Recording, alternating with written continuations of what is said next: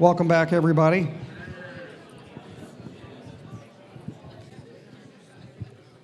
Now that you're all full of barbecue and beer, please don't fall asleep, okay? If you do, keep the snoring down, turn the cell phone off. All right, thank you very much. All right, so our next set of speakers, you're getting two for the price of one with this speech, okay? They are involved in a film production company called Center Communications. They own that. They have, I don't know, see, I did it separate, so I'm gonna butcher this, okay? These two guys, they have produced and directed feature films, including the first feature film, for Discovery Communications called Legend of the Spirit Dog. The first man that I'm going to introduce is the author of two novels with Mark Reeder and two other novels, their latest being Bigfoot Singularity. In October of 2021, his new science fiction novel, Aliens 2035, that just gave me a little creepy feeling, okay? The End of Technology, released was recently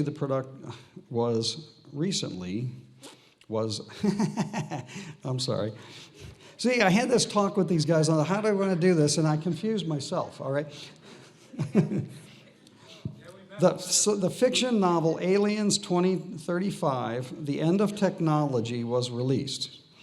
Recently, he produced the #1 streaming documentary series on Amazon Prime about serial killers as a follow-up to the highly successful Amazon Prime series Chasing Bigfoot. He produced an award-winning documentary feature called The Bigfoot Alien Connection Revealed. His co-presenter began researching the Bigfoot phenomena during the summer of 2009. Despite having a successful career as an engineer, his true passion is calling to research the unknown. But we can all relate to that, or many of us, I think. You get hooked on this thing, you can't get it out of your system. I started when I was 10 years old, and now I'm really old. Okay. He's directed the documentary films The Back 80, Ghosts in Ghost Towns, Haunting the Wild West, The Bigfoot Alien Connection Revealed, and the film Minerva Monster. So join me. You don't want to miss this. I know you're already in the seats. I just talked to these guys out there. This is fantastic stuff, okay? Join me in welcoming Ron Meyer and Alan Megargle.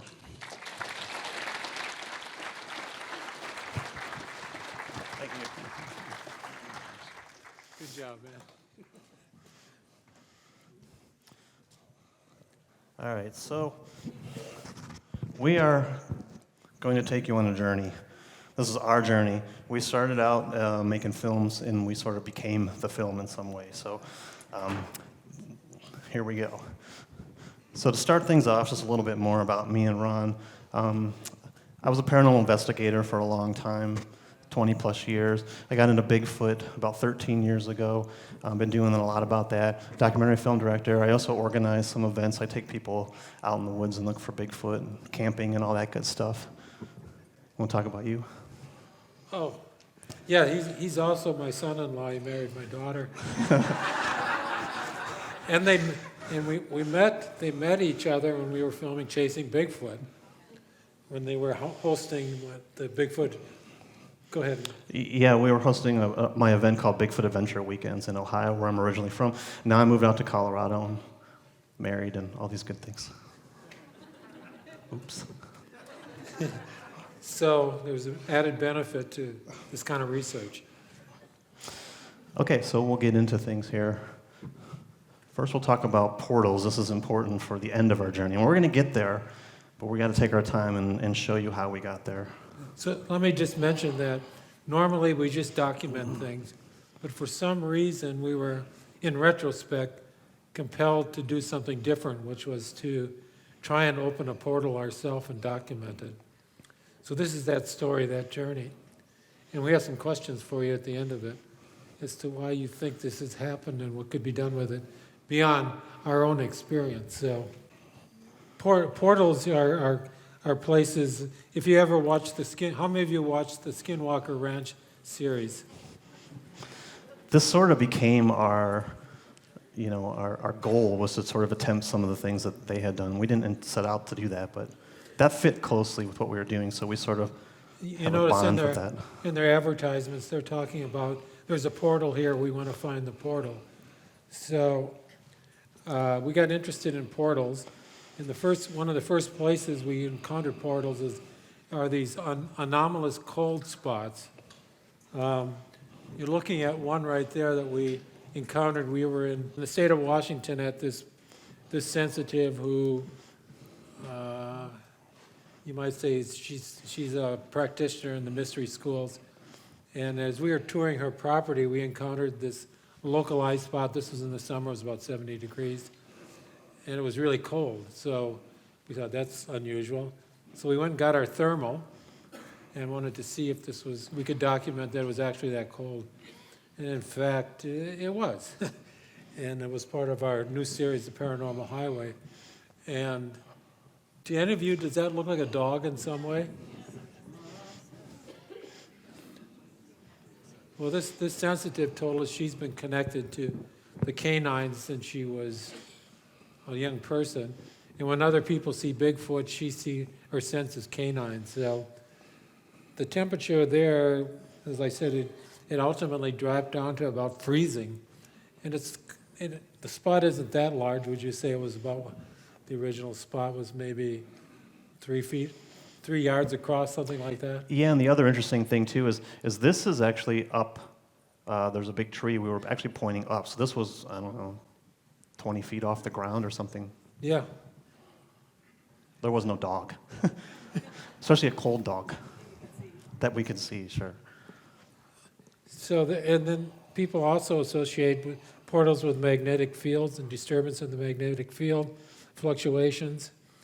And again, that's a characteristic. The cold spot also is a characteristic of Skinwalker Ranch and magnetic field distortions. And people say there are gateways that open up periodically and close again. So that'll play a role in what we encountered on our land. So that's important information to go forward. So now the next thing to know is that Ron actually owns 40 acres of wilderness property in the Rocky Mountains above Loveland, Colorado, near Estes Park. And that's where this story sort of centers around. So the next little shot here is a video. I put a little music, so hopefully we can talk over it, and it's not too loud. We'll find out. But we'll tell you about what we call the land. And this is it. Like I said, it's 40 acres. You can go into... We purchased it in the 80s when property was cheap in Colorado, not anymore.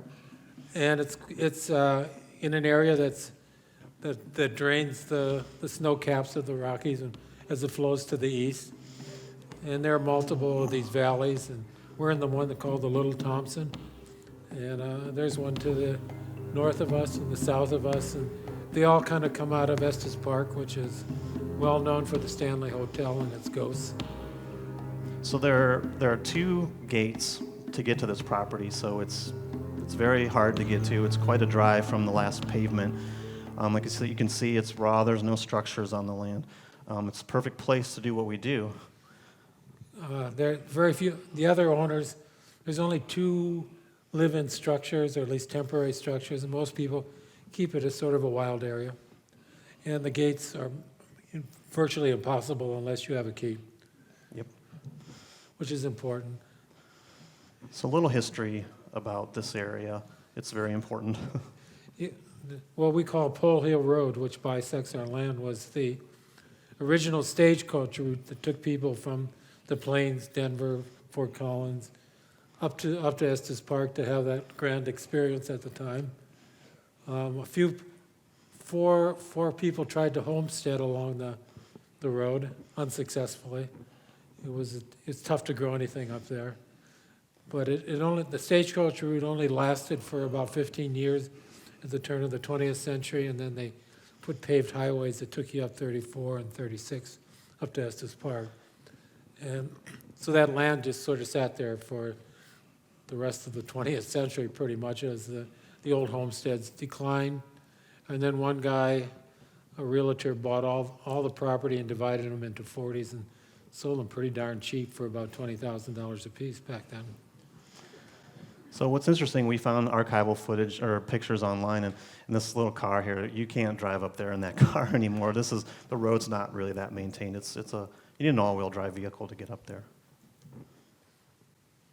So we've got a lot of wildlife. Here's some. We've been using trail cameras out there to get a sense of what's going on. As a Bigfoot guy, I always tell people trail cameras are a good way to keep Bigfoot away. But in this case, it came in handy to know what was out there and what was going on. And eventually, this will circle back around and we'll end with the trail camera that actually worked for us. So we've got the usual kind of wildlife. Here's some videos we captured up there of the deer. This is right by the creek, runs right through here. This one it takes a minute. My camera got twisted around. We're still not sure how. This isn't the direction I pointed, but we got a black bear came in here to visit. It's pretty cool. He left some really nice prints behind. This one's interesting. It's actually a moose. He was real close to the camera. And then we got this next one. I think this is the next one. From the neighbors. This is up on the road. But there's actually a whole family of mountain lions. So there's a lot of good stuff up there. And we were excited about that. So mountain lions do cruise in prides, as you can see. So that's the Stanley Hotel. And there's the famous room that Stephen King stayed in. Yeah, if you're not familiar, that's room 217, where Stephen King was staying there, had an experience, and he went home and wrote The Shining. So it's a very famous hotel. If you haven't been there, it's probably one of the most haunted places, comes on every list. We do a lot of stuff there, and it's sort of the focal point for that area that people flock there for paranormal and other things like this. Should we tell them what fear stands for? You can tell them what fear stands for. Stephen King says fear stands for... Fuck everything and run?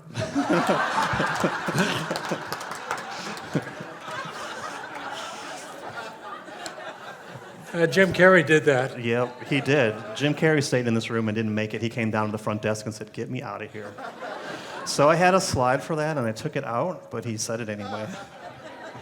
Looking at this crowd, I thought they would appreciate it. That's true. That's true. So we began to... Well, let's tell the... So when I was running around doing Chasing Bigfoot, when they were hooking up together with he was hooking up with my daughter, people told us that, I was telling them about our property, these are Bigfooters, all over the country. Oh, you must have Bigfoot on you got prime Bigfoot territory. Oh, okay, fine. I wasn't really interested in Bigfoot at that point. I was hired to do this series as a money-making enterprise. And so when we drove up there with him, when he finally moved here, right? Yep. The first people we encountered, our neighbors, I said, "Ever hear of anything about Bigfoot up here?" "Oh, we got him up here," they said. Yep. And then I said, "Would you go on camera?" "Oh, no way." So that ended that. Yeah, we were opening the gate one day to go in there, and they came behind us, and I let them go, and they had a Bigfoot sticker on the back of the truck. Like, oh, hold up there. So Ron met some people filming Chasing Bigfoot, including me, but these guys are from Colorado. So we decided, once we got in our minds that maybe there was Bigfoot, to bring these guys up and have them, take a look. So let's see. Mike Johnson here is actually the one that sort of suggested it. And here's a couple things. We're going to get more into that, so that's just a little teaser. So this is where we sort of begin what we call phase one of Bigfoot on the land. So the first thing was we found these footprints. Now what was not interesting to me was that they didn't appear to be my typical big footprints. They're not in a straight line. They weren't terribly big. They were kind of rounded, and I figured them for bear. And then we got some other prints here that were in some of the sand, and there was a sort of a giant anthill sand area that went back here. And we'll show you where that led here in a couple slides. But we did check with the park people, and they said the bears weren't out yet. This was early. This was late winter, early spring, and early March, and it had melted quite a bit in some ways at the time. So the prints weren't all that clear, but there was something weird about them. Is that next? And then this started in spring of 2018, so this was sort of the beginning of it. So what was weird about this was that these started in a particular area that we'll get to, and they go up this hill, up the side of the mountain, to the top of this little tree, and they stop, and that's it. There's no more prints, fresh snow everywhere. I looked all around, I couldn't find the prints at all. And they started from nowhere. And they started from nowhere. So There was an that's anthill what that was weathered interesting. out, the snow had melted, that's where they started, like they just came out of the blue, out of the hill, which So- is typical of Bigfoot prints. So the little next clip is of us talking when we first discovered them. I'm not sure the volume on this, so it could be too loud or too quiet. Coming down off the hill up here, Yep. going up to the hill. Now they're close together. I'm thinking this looks like a I don't think an elk would it walk. looks like a two-legged animal the way it's every other. Look at that feet. So we're filmmakers. We got a lot of clips in here because that's how we document things. So that's sort of the discovery of the tracks. And then we actually brought Mike Johnson in. He came with his grandson and sort of did the initial assessment. This would have been not long after that discovery of the The prints. snow had all melted. Yeah. So that's my daughter behind me there, his future wife, Anna. And she's a bit of a sensitive herself. Yeah, Mike's part of the Sasquatch Investigators of the Rockies, and he used to own, I believe, a Bigfoot shop in Denver. He's a go-to guy for all things Bigfoot in Colorado. But he got spooked by some sort of perhaps alien abduction experience recently, and it's kind of backed out. But he's coming back in again. He said he's got some incredible pictures you might be willing to share. If any of you got some good money you want to back. Yeah. So with Mike, we hiked around and we found these bone piles. There were 4 of them. So again, it piqued our curiosity. There was nothing too unusual other than the fact that they were fairly close to each other. When we found the first one, you could see the second one and the third one and so on. So this was the first maybe signs of something unusual. And there were, like I said, 4 piles of those. So in the Bigfoot world, there's this thing called gifting, which is you put some objects out and invite interaction by moving something around or adding something or taking something away. It's a pretty common practice, inviting, saying, come and play, we're interested. If you do it, we'll carry on more. A lot of people do it. Yeah, especially up there. Your neighbor said they were gifting Bigfoot a lot. So that was sort of what gave us the idea to play around a little bit. So then we invited the whole team. There's 3 guys to come. Me and my wife Anna. We camped out with them. It was an interesting night. We never did make it to the bone pile because we ended up going way off somewhere else and finding other stuff that was interesting. But they experienced wood knocks up there, so that was the first sign of maybe some sort of Bigfoot communication. And then 2 of them said that something big came up into camp in between the 2 tents, and they had their backpacks hung up on these trees, and they could hear them wrestling with it and playing with the zipper and things like that. So those guys really felt like it was a good area and that we needed to do more. I think they had intended that we would bring them back to do more, but we didn't. It's mine now. So that's sort of the wrap-up of phase 1. When we got into phase 2, this became a little more interesting. This started while we were filming the Bigfoot Alien Connection Revealed. We were out in Oregon at the Owl Moon Lab, if any of you have heard of that. It's an area with paranormal and Bigfoot and UFO and all these things going on. And we were up in Washington a little bit too. It was our real first contact with the concept of a paranormal hotspot, which the Skinwalker Ranch would be another one, where multiple paranormal events and kinds are occurring in one geographical area over a period of time, and they had everything going there. Yeah. And Well, yeah, Tope Johnson's the one that was sort of heading up that project, and he actually it's a big garage shed basically, and he opened the door one night, slept on the concrete slab, and he played us some audio where you could hear something walk up on 2 legs, footstep, walk right up to him. He's asleep, and then it makes a grunting noise and a little mumble and walks off. And he never woke up. So of course he was surprised when he listened to the audio in the morning. what happened here last night? Okay, so this is our phase 2. It started out there after we met with Tobe. We met this couple at a little event. So this was one of the beginning of kind of in retrospect of doing something unusual on our land. And it's also the beginning of things started lining up for us in a Yeah. weird way that we didn't expect. So I have this way of talking to people, and I interview people for a living, pretty much, in the business I'm in. And there was this couple, we went to lunch during the one-day conference on Paranormal Bigfoot. And there was this couple sitting across maybe 3 or 4 chairs away or something. And for some reason, I felt compelled to go talk to them. And when I did, it turns out that they actually said to me that they have a Bigfoot on their property. She's a sensitive, communicates with them. Her husband said, yeah, I've had these experiences, the footprints and all that. And she said to me, we have a portal on our land from which they materialize and dematerialize. So I said, hey, we're doing this film. Can I interview you later? Because she was listening to the conference. And so that began our adventure in some way of creating a portal on our land, because it occurred to me.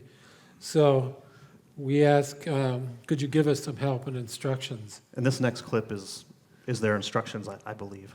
If not, we'll fill in the blanks. Well, remember when they really told you and you got down on your knees? Well, yeah. Well, Yeah, we were and sitting she down. said turn off the camera? She did.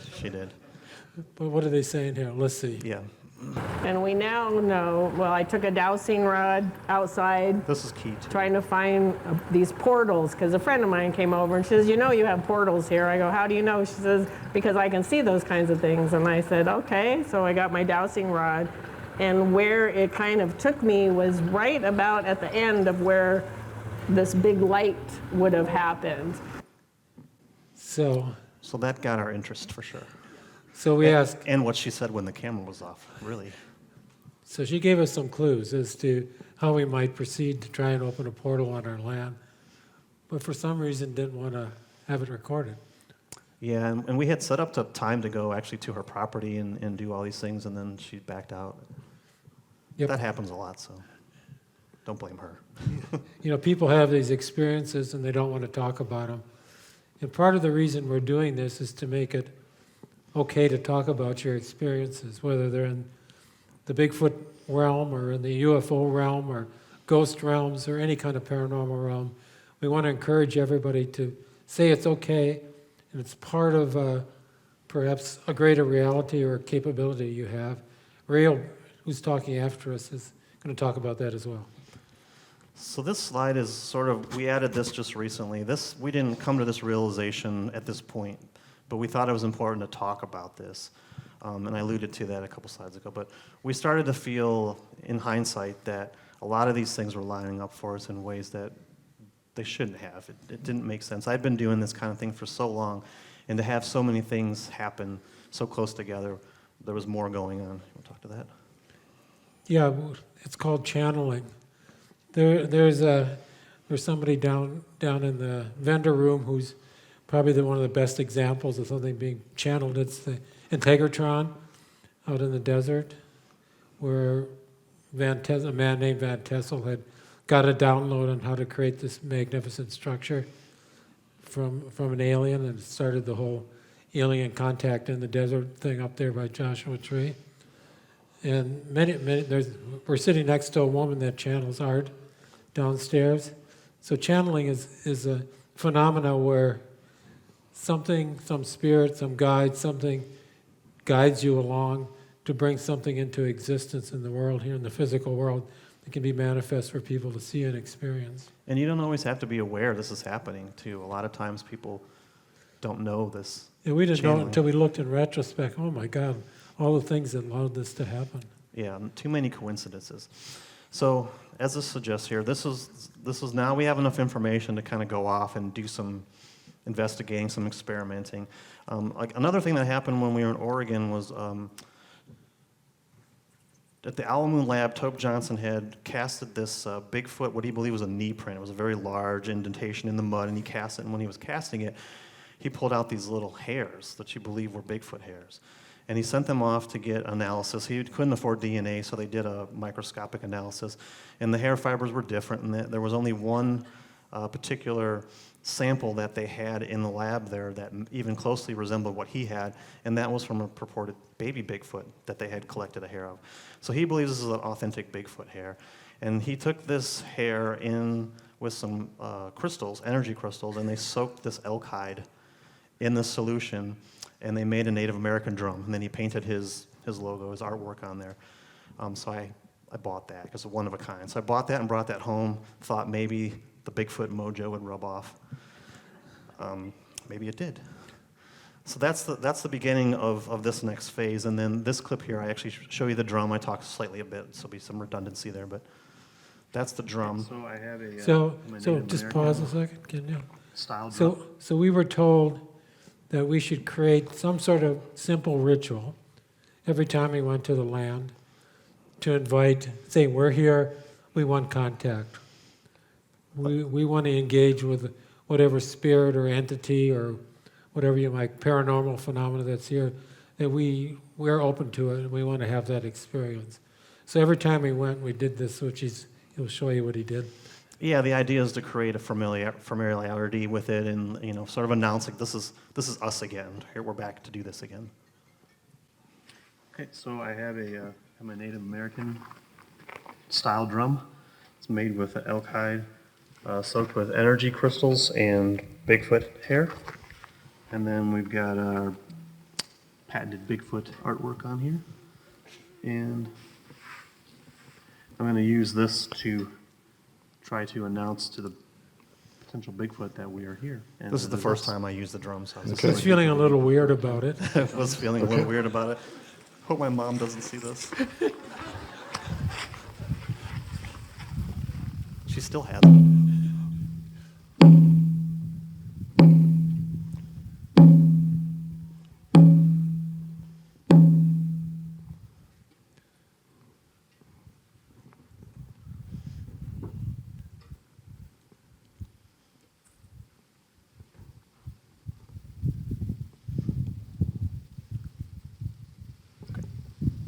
That's good enough. Yeah. So it's important to have an open mind and be in a positive frame of mind if you want to have paranormal contact. And don't be afraid. For sure. So based on all the things we were hearing and people talking about it, it was time to do our little gifting site. So we wanted to get creative, have fun with it. I had a little Bigfoot necklace. I took the cord off and I put it there. This is sort of a milk-type jug where we put a feather inside. The idea being that if something came along and was able to get the feather out, that would be significant. And we stuck a feather in a rock and then put this little mechanical pencil. And we just tried a few different things to see if we could And we hit it very engage. well. All of these things were hidden very well. This bottle actually was tucked back up in these rocks underneath a little crevice. There's no way that any people would have found it, or it was out of the elements too, away from the wind and everything else. This was our first attempt. All right, it looks like it's still here. So this was we came The back. little Bigfoot sign is knocked check over, on it. but that could have been from wind or anything.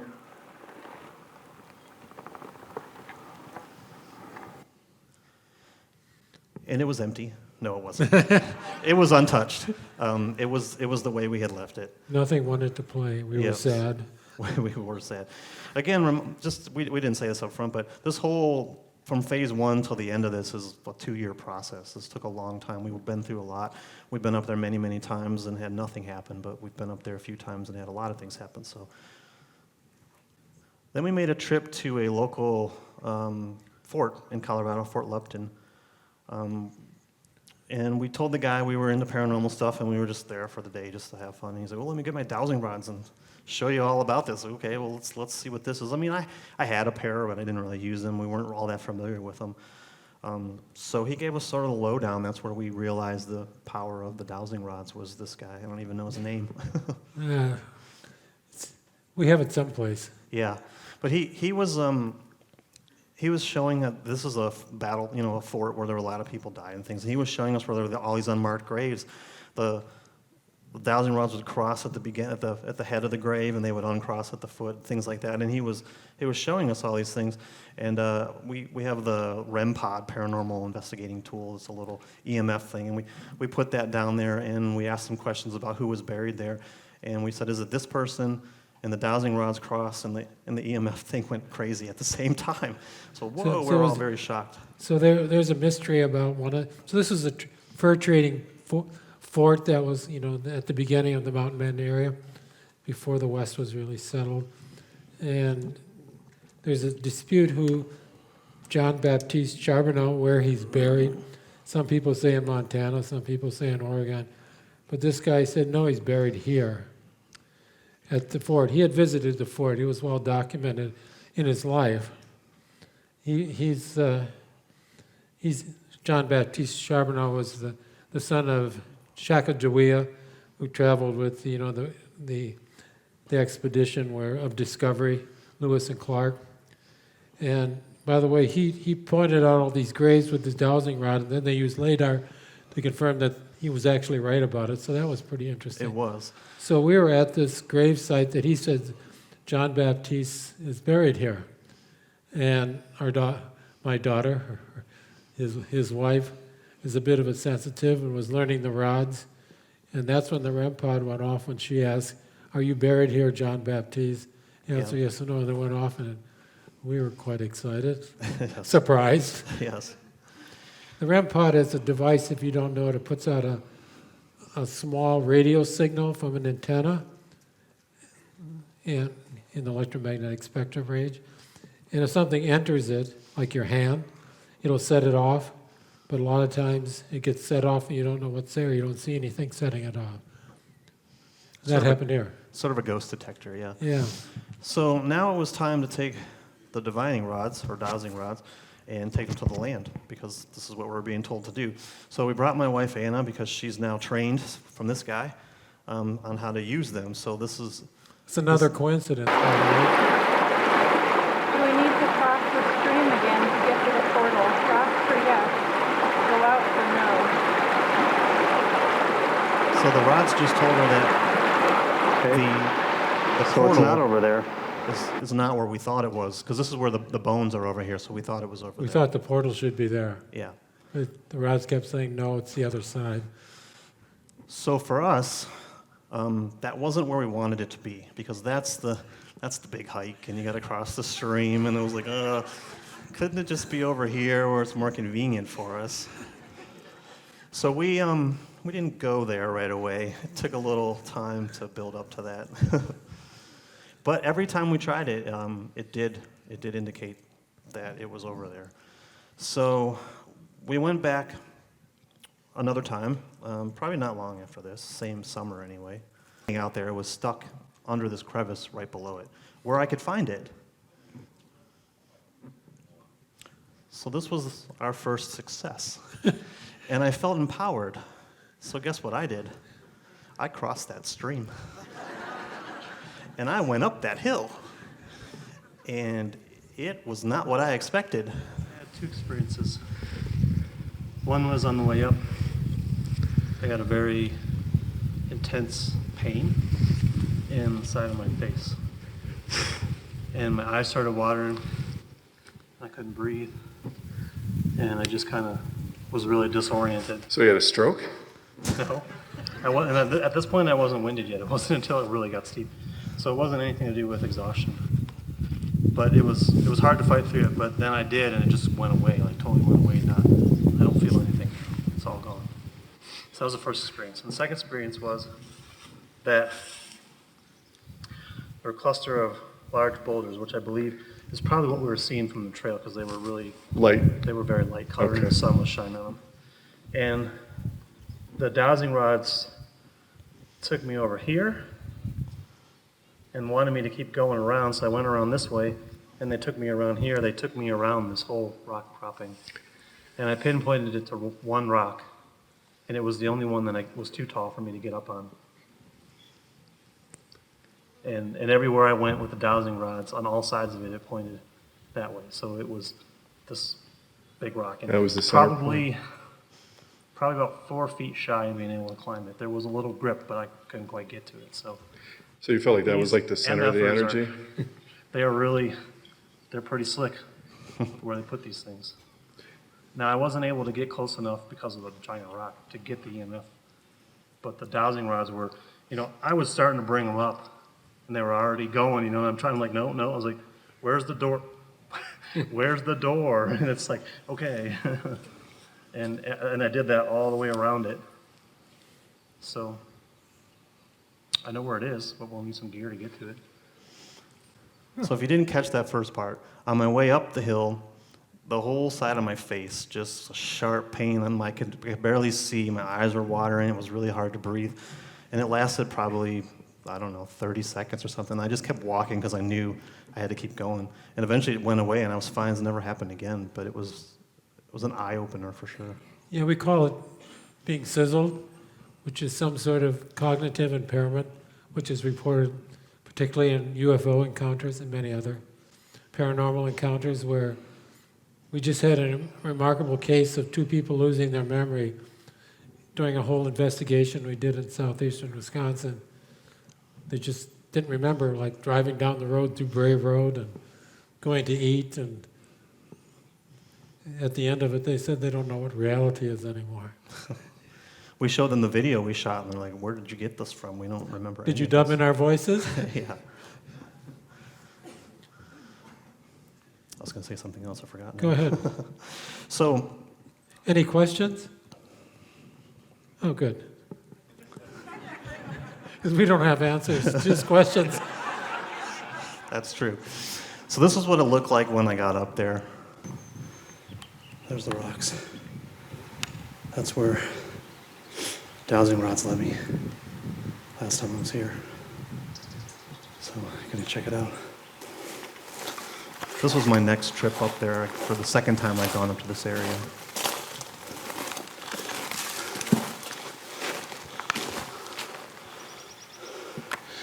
I believe that's the one. It's uphill, so that's the big rock. I feel different. Yeah, there's a tree leaned up. You could just catch a good glimpse of it. Every time I walked underneath that tree, it was like a whole nother world. I feel a little lightheaded. Like a little ring in my ear. I'm fine, but I feel different.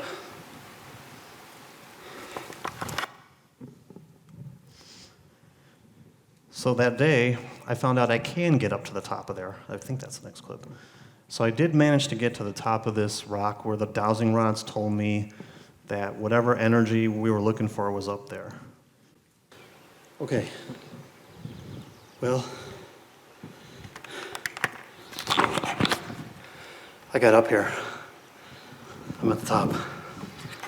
I'm not sure how I'm going to get down, but I'll figure it out. So what's interesting is there's a giant sunken divot at the top. So I found a hole in the top of the rock, probably from rain, but it was all overgrown, full of pine needles. All right, let's see what we got in the meter.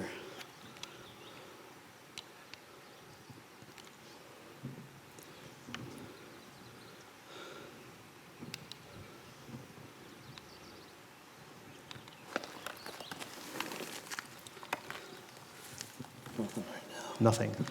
So maybe it has to be activated somehow.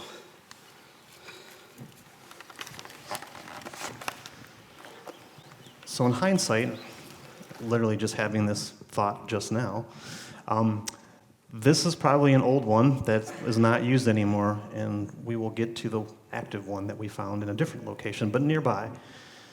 So anyway, this was a huge surprise that after all that, there's a big hole up there. Any thoughts? It's interesting, the cloud, the clip before this. Did you notice this? I did not notice the shape of the cloud. Was that being watched? I'll have to look at that. Anyhow, we were disappointed. I'm too old to be climbing up there, so glad he could do that. We actually moved our gifting site over near this and didn't have any activity there. But this did begin the next phase where we say contact. Because things started to happen Quickly. very quickly. Matter of fact, my friend Jesse, you've heard him in a couple of the clips, he's running our vendor table downstairs right now. He's one of my investigative partners. I sort of already discovered this and I wanted to get a first-time reaction, so I handed him the camera. We returned back to our original gifting site. The feather, where the feather was. Where the feather plate was. And this is it. Alan just handed me the camera. He wants me to go down and check this out. So this is literally whatever I'm about to see is my first impression. So let's go see what happens.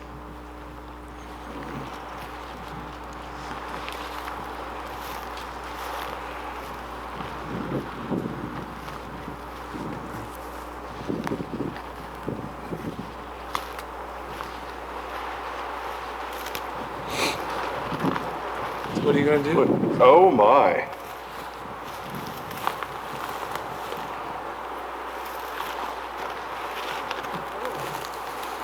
That's a mutilation.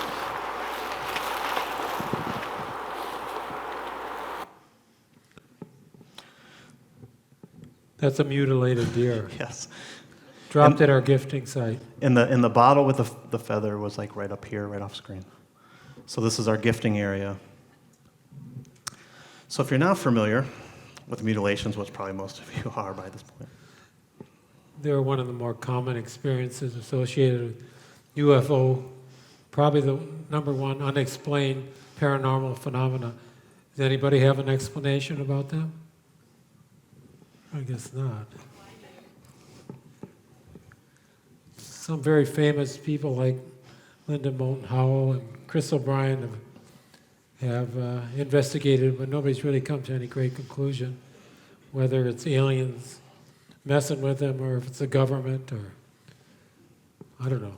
Anyhow, it shocked the heck out of us for sure to have this thing that had no head, no organs, arm, legs twisted and cut, clean cut. And remember, we're on a piece of property that nobody really has any access to. There were no drag marks. It was like it was just dropped there out of the sky. yeah. So as Ron mentioned, there's no head. The legs they look clean cut or broken. There was no sign of any like blood or guts or anything. The hindquarters looked cut and organs were missing.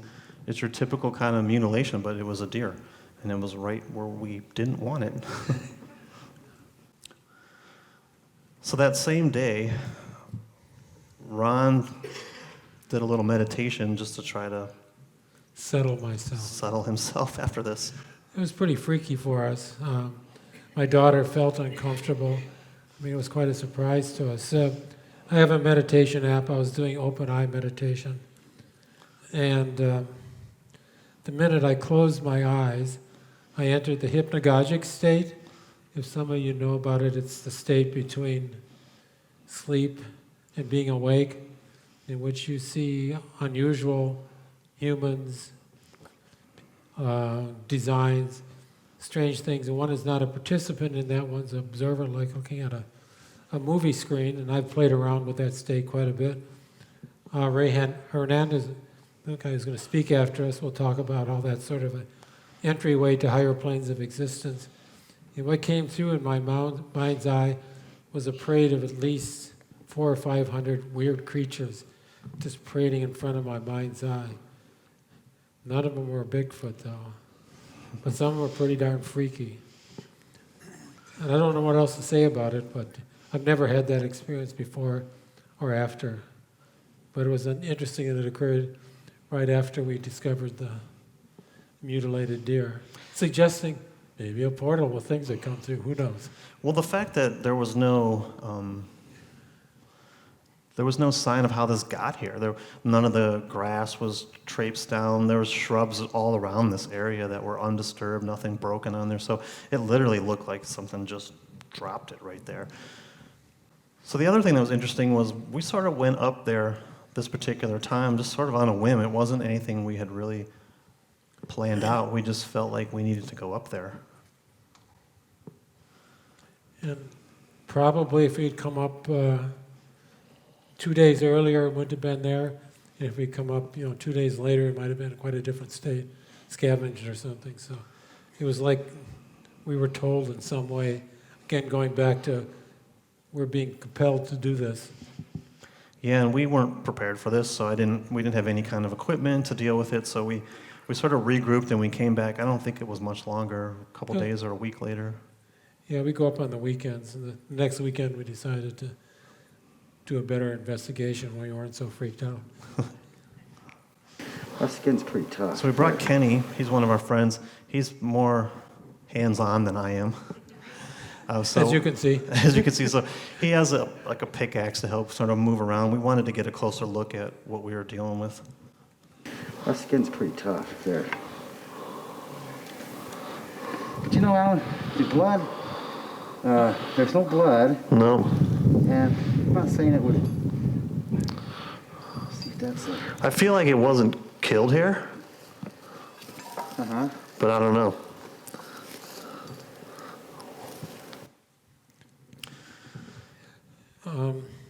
Yeah, and the carcass had not been touched really over a week. And Yeah, there were a lot that of predators up there that would dig into it usually.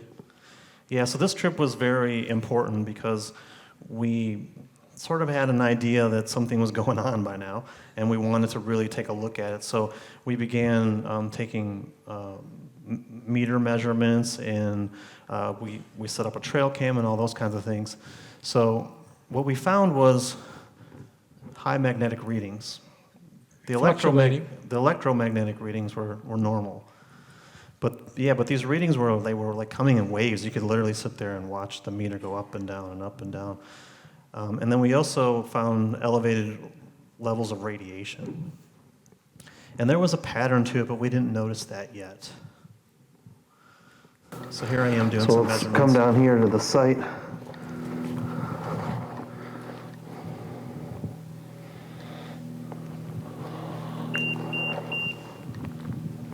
Beep says high level. Very high level.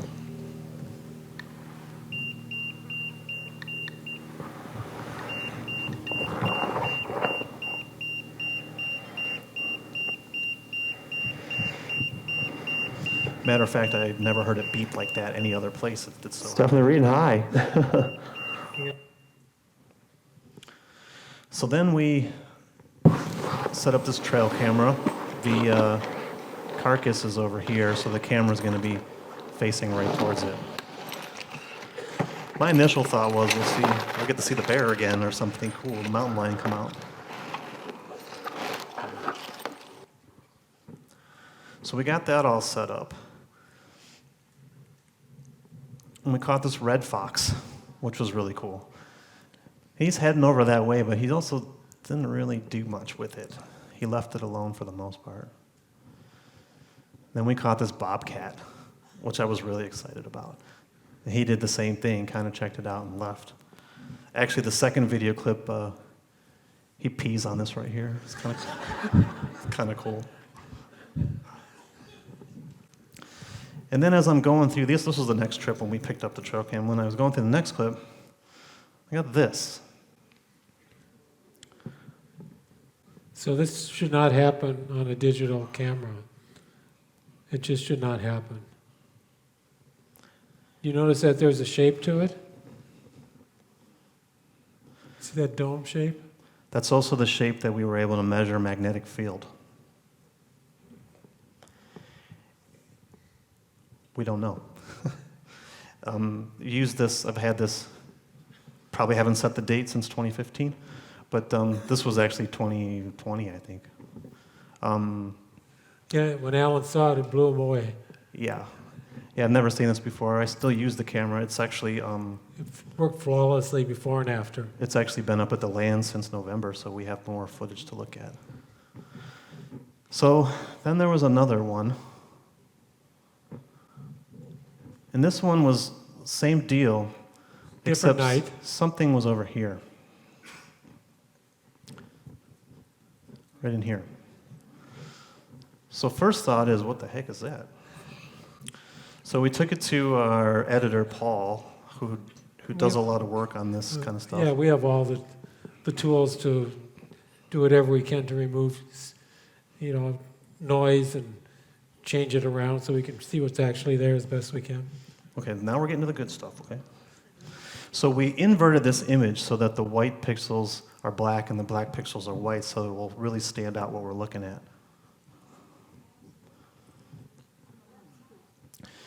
So the something peeks its head around here. Again, we estimate it's not really big. But the darn thing looks like a mini brontosaurus. There's a huge neck and it turns and sort of... So we have no idea. And you can see better how the dome shape is there. Weird, huh?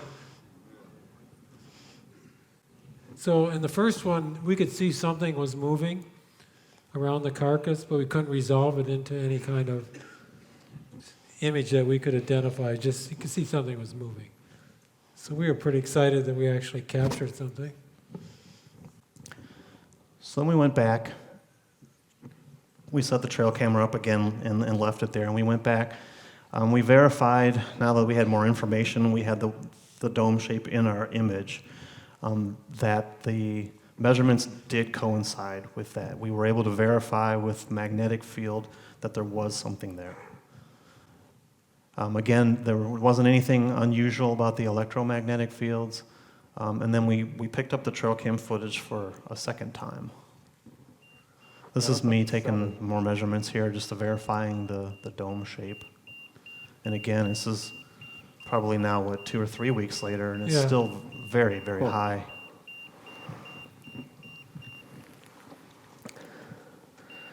I would say there's an energy field that's fairly large right here. So then we looked at the footage from the trail camera, and we had another one of these. Again, perfect images of things before and after, day and night. And again, there's something, I think it's over here, something going on over there, so we took it back to Paul. And it looks like the size of a house cat, and it's sort of partly there and partly not, sort of wafting in and out. So we thought that was cool, but it doesn't look like any normal animal.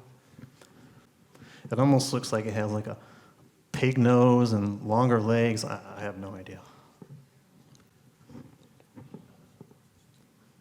Do any of these pictures resemble what you saw in your meditation? You said you saw. So did any of these creatures resemble what you saw during your meditation? It's a great Yes. question. Yes, They do. yeah. I've never asked him that before. Why not? I don't know. So you think you've seen this before? In a way. But everything was moving the opposite direction. So did we let these things out? Are they just something to show to you people? To show this is possible? Is this the end of it? We're getting there. Because We still got some time. So Do you think that maybe the wildlife scavenge these carcasses because of radiation? So the reason that the wildlife haven't really, at this point, they haven't really touched the carcass. In the time we've had the camera up there, it's been a few weeks, and I have no video of anything actually going up there and touching it. So like I said, some of those animals went up there and took a look at. We even had some birds land nearby, but nothing ever touched it. So why would that be? I'm not sure, but I suspect could be the radiation, or there was just something about that they didn't like at all. Because they noted that in wormhole. So yeah, that has been mentioned on Skinwalker Ranch, and I can't say definitively, but I do believe that too, yeah. That there was definitely a reason that may be tied to the radiation. Now, the radiation was higher than normal, but it wasn't dangerous levels or anything like that. What about decomposition? Did you notice any in the weeks that you were up here? No, we No. did not notice any decomposition. There wasn't an influx of parasites or bugs or anything that had gotten into it. It was everything in nature just left it alone for a period of time. At this point, it's mostly gone, but. So the interesting thing was at this point in time, yeah, everything was back to normal. Now we're looking at almost 4 or 5 months since we found it, and there's no trace of anything. The EMF or the magnetic field is gone. The radiation levels are back to normal. It was almost like there was some big event, and now all traces are gone. That's right. Although we haven't looked at our camera since last fall. Yeah, so who knows? Maybe it came back. What do you see? Mostly bones. The legs still have some fur on them, but the rest of it's just a spine and a skull. So everything was picked clean at this point. No skull. So once all the energy fields dissipated, wildlife and everything came in at that point. Picked clean. What kind of readings you getting?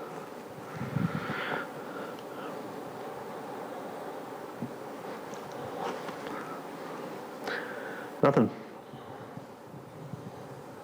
See it clearly. So for microteslas, I'm getting 0. And for milligauss, I'm getting between 2.5 and 3. It's going down now. Now it's 0. A little bit of milligauss. We'll set this one up. So this is, next slide is Tom Powell. I don't know if you're familiar with him. He's a Bigfoot guy out in Oregon. He's really into this kind of thing, the woo side, the paranormal side of Bigfoot. And he's been a huge supporter of ours and sort of our go-to, almost mentor during this whole process. And he had a really interesting comment when we showed him everything that was going on, including this sort of over point.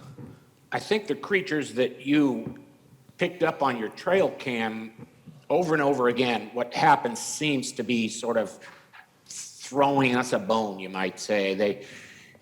They don't really want to intervene in human affairs, but they would like to see us get with the program a little bit, become a little bit more sophisticated, and at the same time sensitive as a species.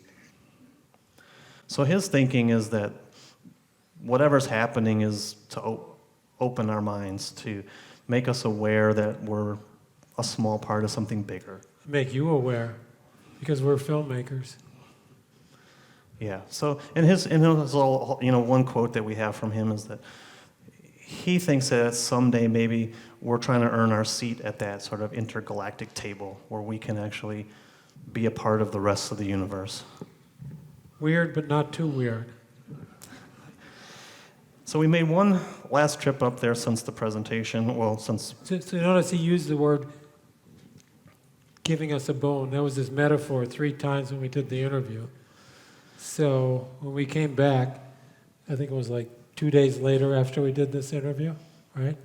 Yeah, maybe, yeah. Yeah, about that, yeah. On the bone? It's not. There was one bone left. Flesh. It's your leg. Fur still on it. Probably from that thing up there, but it's still. So now we know they're messing with us.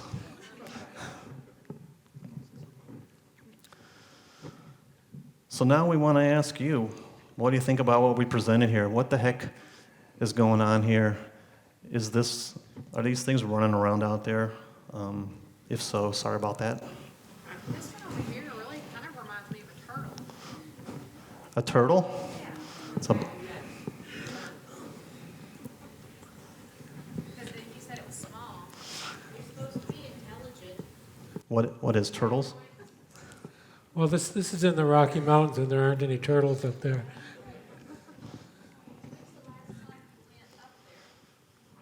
November of last year. We put the trail cam up, but we haven't retrieved it yet. That's the thing, well, what my wife was saying, like, we have a cat that will occasionally bring us, like, just recently brought us a bat, like, the other day, and then other times we'll bring, like, a little rodent, but it doesn't chew it up and eat it. Sometimes it'll eat the frogs in the yard, we live out in this country, and it'll devour things, birds and all that, but sometimes it brings something whole to the doorstep. And she was just mentioning that, it's like, it seems gross to us, like, oh my God, why'd you bring this? Right. But you're saying gifting, yeah. Yeah, So maybe it's just acknowledging, because you want acknowledgement, and maybe it's just saying, yes, here's your gift back. yeah, somebody else said they regifted us, yes. With a deer carcass. So what's so? Gross to us, but you know, in their mindset or their mind, it's like, this is a good thing for you. Sure, and that's how we took it. That's how we took it, was a present. It got our attention for sure. Yeah, and what's interesting is after this, I think maybe even we started while some of this was going on, we began filming what will become the Paranormal Highway series, 5-part series, where we actually take this concept of paranormal hotspots and we go to some of those around the country. And a lot of what we learned and experiences we have here, we have more to share. So our story is, this is a year ago, and we have a whole nother year's worth of stuff that we've collected along the way. So we have much, much more to show you at some future time. As far as being weaponized, infrasound, can you measure that? Can you measure infrasound? I've not tried to do that. I suspect there's probably a way to do that. A guy did that same thing on Blackwell murders. Did what? Measured infrasound? Yes. Yeah, I'm sure it's doable. But that was something that Ron noted was, can other people do this? We're not exactly sure what we did or why this happened, but is it possible to do this in some sort of consistent manner? And could, the government get a hold of it and turn it into some sort of weapon or way to use it for bad intentions? Did anything ever happen with your drum? I mean, I don't know. I don't know if the drum was part of it or not. I mean, we used it fairly consistently. I feel like everything we did was for a purpose, even though we didn't know what it was, and it was all maybe part of that key to unlocking this. The animals that you see, the animals that you saw during your meditation, Yeah. do you think that they were not of an earthly origin? For sure, absolutely. So the question was, where did the animals, did they seem earthly to you, or were they outer worldly? Never seen anything like them before or after. Except And for there were a maybe- lot of them. Except for maybe these. You stated you measured radiation. What type were you measuring? I think it was a Gauss meter. No, radiation. Yeah, the radiation was the For Geiger counter. the Geiger counter. That's the word. And a Geiger counter? Yeah. Okay, because digital camera would respond to high energy light because it's essentially a very sophisticated photo cell. Sure. You might have been measuring high energy light coming from whatever that portal is. I believe that to be true, yeah. We were definitely able to corroborate with video and measurement devices that we had a real phenomenon occurring in that particular area, for sure. Thank you. The one thing we didn't know at the time was to use a thermal. Yeah, we didn't have that yet, so we didn't do that here. What was that? Did you find any small trees bent over or anything small like animal name kind of, Sure. Are you talking about sort of like Bigfoot tree structure kind of thing? So there's never been any evidence of that on Ron's property that we've located. I mean, I've seen plenty of that in other places, but that was not something indicative of this. And I don't necessarily think, in my mind anyway, that this was in any way related to Bigfoot. I feel like we started out trying to make contact with Bigfoot, and we did this instead. Unless Bigfoot can shapeshift, do any number of things, whatever people call Bigfoot, possibly. I think you just knocked on the door to the next door dimension. You think that? I think you were just knocking on the door of the dimension that was right next door to us. That's, That's the doorway right there to the certain dimension that's parallel. It could be next door, it could be across the universe, but somehow you found the right combination that opened up that door. that's kind of what we feel. Yeah. But we were driven to do it. Yeah, well, all the steps you took from the start of the beginning of the drum, the beginning of the gifts, y'all were like turning the key, unlocking the combination until it finally opened up. Exactly. Where you got to the pictures. And now we're showing it to you and the rest of the world, which is probably the whole purpose of the thing, if it's got a purpose. Well, and that's, what this is all about now is we record these things and we want to bring these out into the public because I know other people have experiences like this and we wanted to share them with you. Did you have another question back there? When I was pointing out to you with that high energy light, that's high energy radiation that the photo cell is picking up in that camera. Yeah. You said it's not broke, it's okay now. Yep. Okay, that was done with a trail camera, right? Correct. Okay, you're lucky you weren't there in person, you probably would have had a helmet though, you might not be alive from that. And I think there's a reason that it happened when we weren't there, to your point. So we did not physically first-person witness any of this while we were actually there. We just captured it through other means like this. So that's a very good point. I probably have no hair or something by now, right? Or worse. Lady has a question over here. Did you feel that you were in such danger that this would, or you had such effects from it? Did you feel that that really was something that had weaponization potential? Is this something that you? Right, so no, we never felt any kind of danger or anything like that. I think the comment more from Ron on the weaponization was, could it be something more? Could it be used in that capacity? In some ways, it was fairly easy for us, in a way. I mean, it was just kind of easy in retrospect to just follow these steps and have it occur. So I would think it'd be doable again with somebody if they listened to whatever or were driven to do this. But if it's actually opening something like that gentleman just said, that would be pretty interesting, wouldn't it? Sorry, we can't see too well over there. So you had a question? So you say that your camera was somehow affected by Yes. this radiation. How do you know that these images aren't just wildlife distorted by the picture quality? We don't know exactly what we have. But we do know it doesn't fit anything that we've ever seen before or know of that would be up there. The size and this really long, thin neck just don't really match anything. Is the image distorted more than it looks like? I can't say for sure it isn't, but the dome shape didn't seem to be out of proportion. It matched what we could verify. I don't know if that answers your question. That's the best I could do. I mean, we're at a loss as well on some of this. We don't have answers, really, in some way. Sure.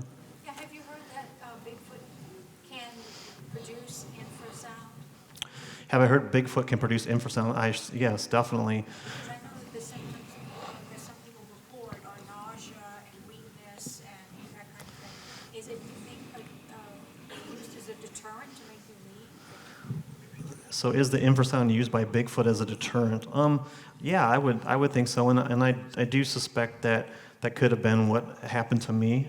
It wasn't enough to stop me. I know some people that have had more intense experiences that they weren't able to continue. It was too much. So I don't know if that's what that was, but I think it could have been. And yeah, I would think if Bigfoot's going to zap you like that, it's probably not a friendly maneuver. I don't think it's violent, but it's probably you're getting too close or something. You're going the wrong way that they don't want you to go. They're very territorial, and they want you to leave. Bigfoot's very territorial. Yeah, they want you to leave. Get the hell out of there. Yeah, they don't know me. I don't leave. Do you feel it was more your actions that led you or created the portal, or do you think it was just the portal was already there, potentially be there, and you just happened to, like the dowsing rods led you to where that event was happening at that particular time? So I think that the portal was there for us. I don't think it was there before.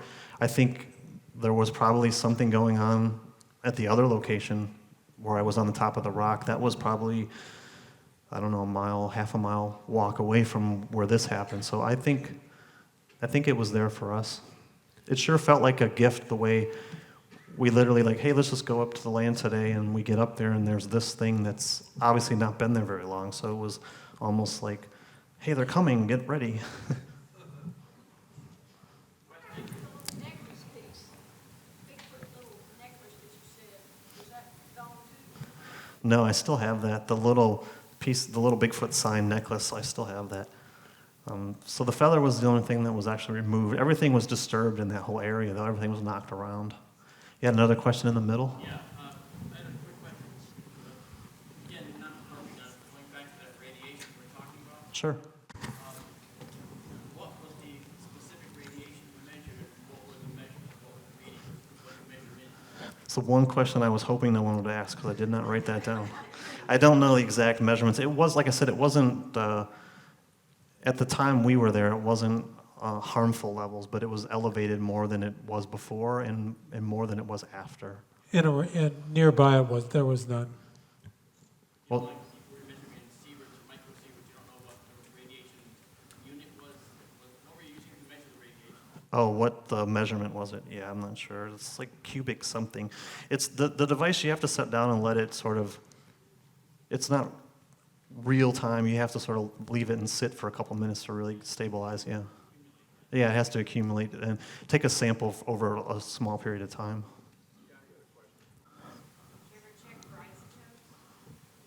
No, we haven't checked for isotopes. That's another good idea. Where were you a year ago? The first thing they did on Mars in 1973 was found isotope number 3. That's a good idea, too. Next time I'm calling all you guys. So you want to speak to the geology makeup of the... What was your question? The geology makeup of the land? It's mostly granites where we are. Is that thing still working? Yeah, there's quartz. Lots of quartz. Hornblende. There are lots of caves in here. There's one on our property, yeah. But not lots, I don't think. This is pretty much the same geology as Rocky Mountain National Park. It's the same. It's all granitic with a lot of quartz, hornblende, mica, making up a lot of the composition.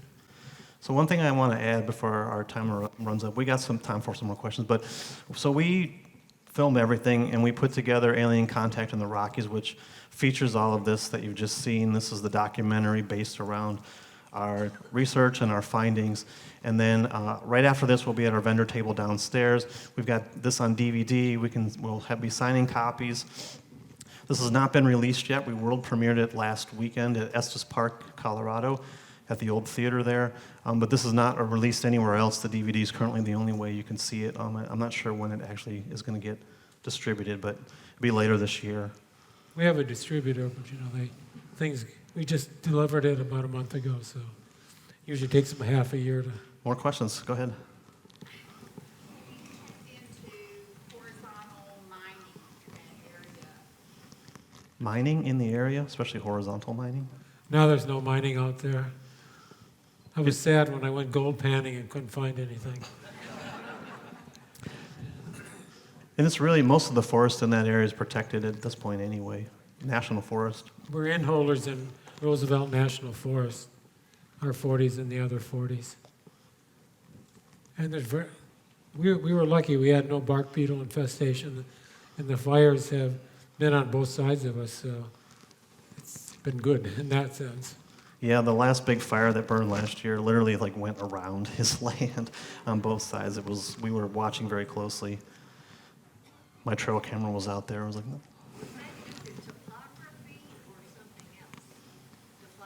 The fire? I don't know. It does that. Fires are capricious for sure. Ron's house got spared from the big Marshall fire just the end of last year. Same deal, it sort of went around both sides. Yeah.